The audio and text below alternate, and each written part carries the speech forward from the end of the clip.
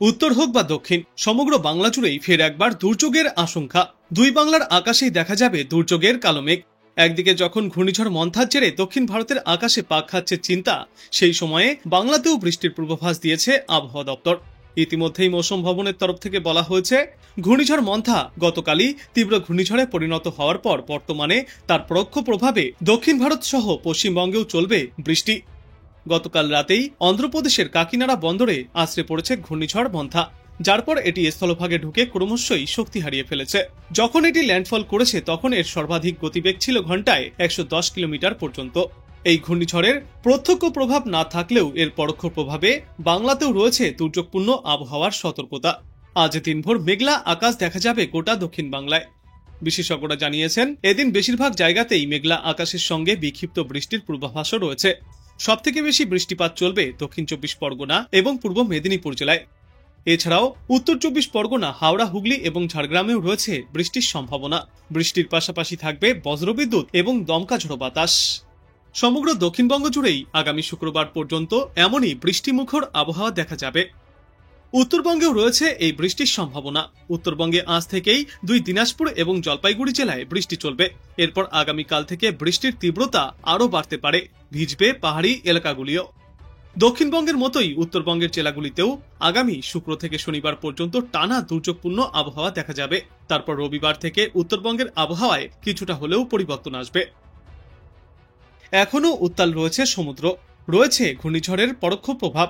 তাই আজ এবং আগামী কয়েকদিনে মৎস্যজীবীদের উদ্দেশ্যে সমুদ্রে যাওয়ার ওপর নিষেধাজ্ঞাও জারি থাকবে।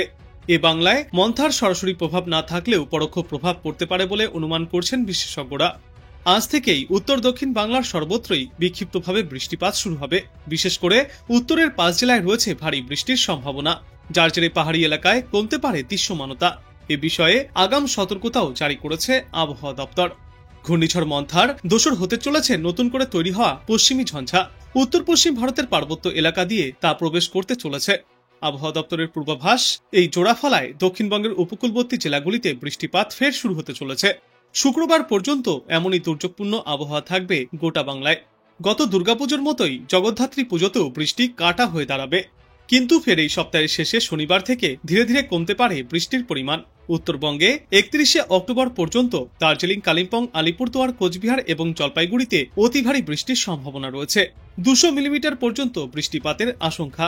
দক্ষিণবঙ্গেও ভারী বৃষ্টির সতর্কতা। উপকূলের জেলা দিয়ে শুরু হয়ে উত্তরবঙ্গ লাগোয়া জেলা পর্যন্ত ভারী বৃষ্টির সম্ভাবনা। 28 থেকে 31শে অক্টোবর পর্যন্ত বিক্ষিপ্তভাবে ভারী বৃষ্টিপাত চলবে দক্ষিণবঙ্গের জেলাগুলিতে। সঙ্গে ঘন্টায় 30 থেকে 40 কিলোমিটার গতিতে দমকা ঝোড়ো বাতাস বয়ে যাবে। কলকাতায় আজ সকালের দিকে রোদ ঝলমলে আকাশ দেখা যাবে, তবে বেলা বাড়লে আবহাওয়ার বদলের সম্ভাবনা। আকাশ ধীরে ধীরে মেঘলা হতে থাকবে।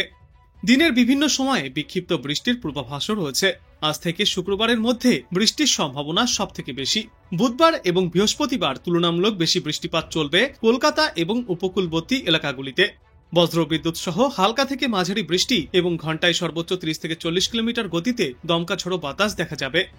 এই সময়ে শহরের সর্বাধিক তাপমাত্রা থাকবে 33 ডিগ্রি সেলসিয়াসে এবং সর্বনিম্ন তাপমাত্রা থাকবে 24 থেকে 26 ডিগ্রি সেলসিয়াসে। আপেক্ষিক আর্দ্রতার পরিমাণ থাকবে 50 থেকে 98%।